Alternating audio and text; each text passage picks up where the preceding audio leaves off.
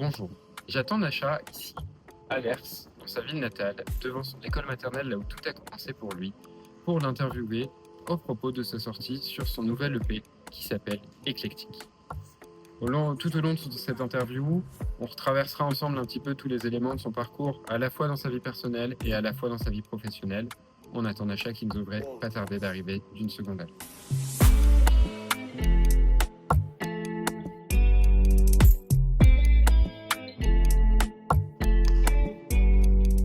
On se retrouve aujourd'hui en présence de Nacha, jeune artiste naissant de la collaboration avec son ami d'enfance Safety, qui a un peu évolué au fil des projets avec un premier EP sorti en commun avec le jeune Safety, un deuxième EP sorti cette fois-ci en solo, et là on entre dans une nouvelle dimension avec un troisième EP, cette fois-ci un peu plus professionnel, notamment avec des enregistrements studio, mais je ne veux pas trop vous en dire, à vous d'écouter et de découvrir tout ça.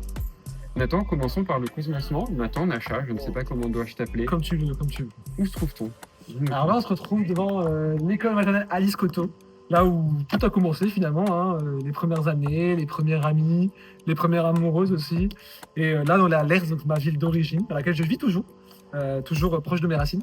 Et c'est ici que j'ai commencé à grandir et découvrir la vie, on va dire. Très bien, très bien. Nathan, Nacha, même moi, je m'y perds un petit peu. Tes amis t'appellent Nate, ta maman t'appelle Nathan.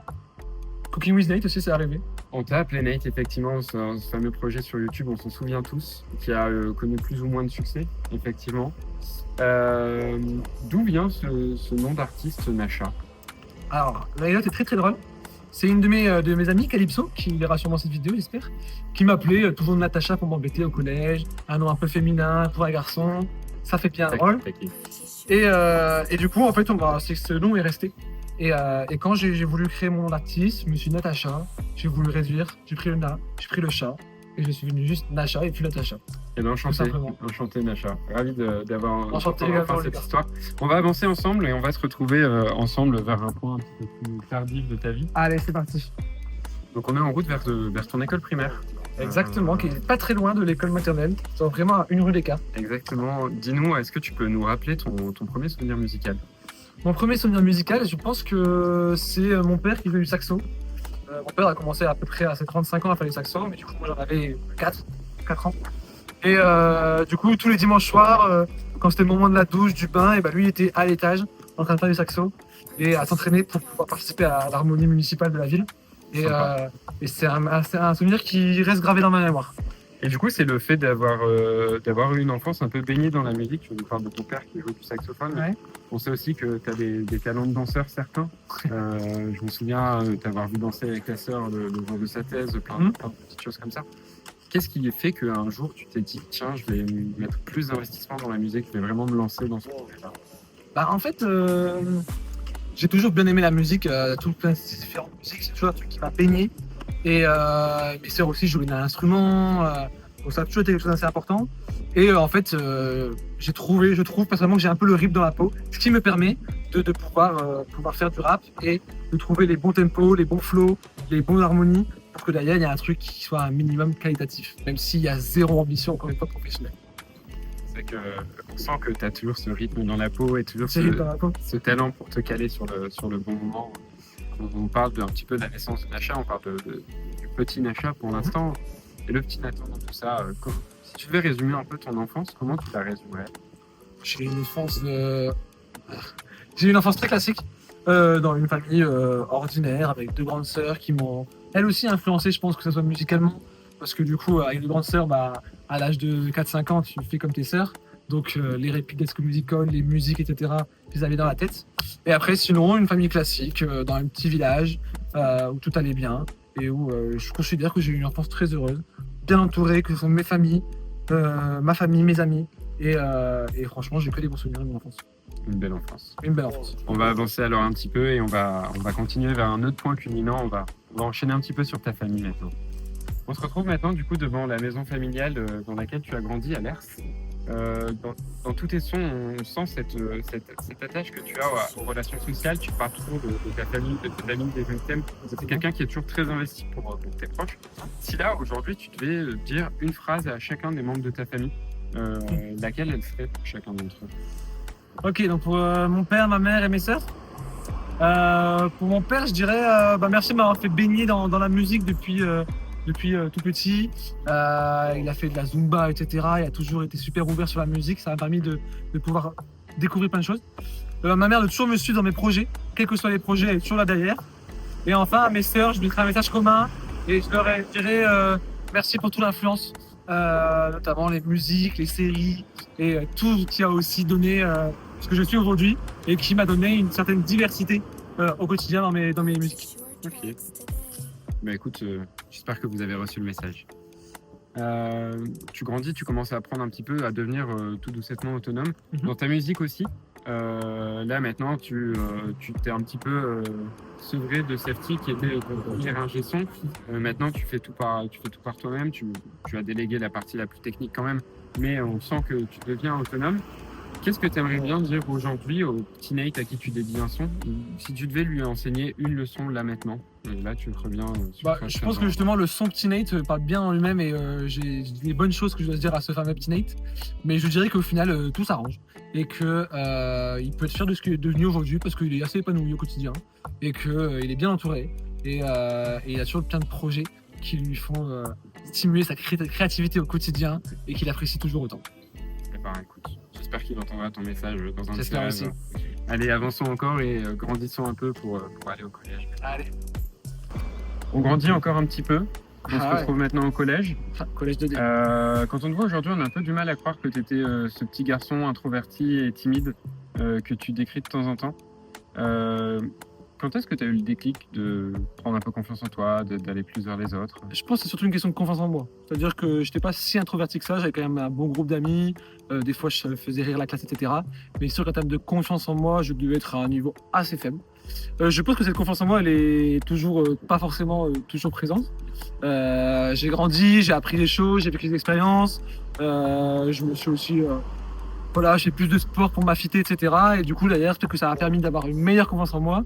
Mais je pense toujours que c'est des choses que je dois travailler au quotidien et que je dois toujours évoluer pour pouvoir grandir. En tout cas, c'est pas quelque chose qu'on ressent négativement au quotidien. Tu nous parles souvent pour ceux qui te suivent depuis longtemps, effectivement, on parlait tout à l'heure de tes projets de Cooking with Nate. Tu as aussi eu un projet de Pékin Express que tu as réalisé en 3 fois, 3 saisons de Pékin Express, 3 saisons de Cooking with Nate. 3e EP. Tu parles souvent de ton leitmotiv du Jamais 203. Exactement. D'où ça vient? Je sais pas. J'avais envie d'avoir une vision, quelque chose qui vient me challenger. Et j'aime bien ce Jamais 203 dans le sens où, en 3 fois, je considère que là qu'on peut vraiment voir l'étendue du projet. La première fois, c'est un peu le crash test. La deuxième fois, on s'améliore. Et la troisième fois, c'est son paroxysme. Et on est à un niveau qui est assez qualitatif. Et ça s'est bien rendu compte au Pékin Express, ou aussi Cooking with Nate un peu moins. Mais sur cette EP3, je considère qu'on est sur une bonne qualité aussi. Donc là, vous avez l'exclusivité. Vous savez que normalement, sur cette EP3, on doit s'attendre à la quasi-perfection. Parce que la perfection n'existe pas, mais... En tout cas, on est à un niveau jamais atteint jusqu'à maintenant. Très bien. Revenons un petit peu plus à ton EP. Tu as longtemps été influencé par Big Flo et Oli, ces 2 jeunes frères qui rappent sur un rap assez festif et pas très violent. Tu décris toi-même comme ça quand tu rappes. Quelles ont été tes inspirations? Est-ce qu'elles ont été les mêmes pour cette 3e EP ou est-ce que ça a été un petit peu différent? Tu as été inspiré par... Non, ça a évolué, hein. Il y a toujours du Big Flo et Oli et d'ailleurs cette musique, mes proches m'ont dit mais on dirait Big Flo et Oli, donc je le prends plutôt bien. Et sinon j'ai beaucoup d'inspiration, que ce soit Kikessa, Kemmler aussi très récemment depuis 1 an et demi, que j'ai découvert et que j'aime beaucoup les thématiques et ses flows. Et après j'ai aussi des Américains comme NF. Avec des sujets un peu plus sombres et on ressort un peu cette vision notamment dans Misanthrope où je me suis beaucoup inspiré de NF. On peut aussi écouter Silla, un rappeur belge que j'apprécie beaucoup et je m'inspire également pour pouvoir projeter cette proposition musicale. Effectivement, on reconnaît la petite patte de Silla dans Ego Trip que vous pouvez écouter, disponible partout sur les plateformes, tout ça, on fait la petite pub en même temps. Très bien. Grandissons encore un petit peu et on se retrouve dans une ville qui est chère à ton cœur. Allez, allons-y. Allez, allons-y. On se retrouve à Lille maintenant, une ville qui est chère à ton cœur. On l'entend dans ton son Lille Ma Ciudad, bien sûr. Qu'est-ce qui fait cet attachement à cette ville? Je suis né ici déjà, donc ça fait 25 ans que je connais cette ville et j'ai vécu beaucoup de souvenirs, que ce soit les souvenirs familiaux, mais aussi avec mes amis, en études. On On a été dans toutes les rues pour boire des coups, s'amuser. Et il y a plein de souvenirs qui me viennent, comme la fête de la musique, la braderie, que j'en parle d'ailleurs dans le son Match Dead, qui me font écho à cette ville et qui m'ont donné envie d'en parler dans cette musique. Donc, je comprends parfaitement l'attachement que tu as à Lille maintenant. Tu as deux sœurs, t'en as une qui vit à Chambéry, qui a un peu voyagé en Amérique du Sud, ça t'avait inspiré notamment pour ton son Tour du Monde. Une deuxième sœur qui vit à La Réunion, Tour de Monde 2, du coup toujours une Tour du Monde inspiration. Où est-ce que tu te vois dans 5 ans, dans 10 ans? Géographiquement, moi je pense que je resterai dans le nord. Je resterai à Lille, dans ces environs. Parce que je suis vraiment attaché à cette ville. Et ça me fait du bien de m'évader. Des fois aller voir ma soeur à La Réunion, aller voir ma soeur à Chambéry, mais toujours revenir ici où j'ai appris à grandir. Et Lille restera dans mon cœur, mais aussi ma ville géographique. Je comprends. Est-ce que là, bon voilà, tu nous as déjà sorti, alors pour ceux qui te suivent depuis longtemps, on est au 3e EP. Exactement. Est-ce qu'il y a des sons que tu as enregistrés qui ne sont pas sortis? Alors sur le premier EP et sur le deuxième EP, presque pas. Dans le deuxième EP, il y a un son secret qui est jamais vraiment sorti. Mais dans le troisième EP, par contre, il y a plusieurs maquettes qui ont été réalisées. Il y en a à peu près 2 ou 3. Et c'est la première fois où il y avait vraiment des maquettes et des sujets qui étaient abordés, et que j'avais de la réflexion et commencé à écrire dessus. Et au final, je me suis dit que soit ils n'allaient pas avec la DA de l'EP, soit elle manquait en qualité. Et ils dénotaient par rapport au reste de l'EP. Du coup, ils sont restés dans les maquettes. Mais j'ai préparé un post sur les maquettes qui devrait sortir dans les prochaines semaines. On peut avoir une petite exclue? Rendez-vous dans quelques semaines sur les réseaux sociaux. D'accord. À la sortie de Mon Héritage, dans une interview de Boris Savitek, tu dis « Cette année, j'ai vécu beaucoup de moments de vie, mais aussi beaucoup de galères. » Donc ça, c'était avant la sortie de ton dernier EP. Tu sors bientôt un nouvel EP. Est-ce que tu restes toujours sur le même mood? Est-ce que ça a changé? Je pense qu'il y a toujours des galères au quotidien. Et en tout cas, on aura toujours des petites galères. Mais mon mood est complètement différent du deuxième EP. À l'origine, le troisième EP, je voulais faire un peu une continuité justement de Mon Héritage. Et avait encore un peu des sons sombres, etc. Et au final, je me suis rendu compte en écrivant ces différents morceaux qu'il y avait une diversité de thématiques, diversité même de musique.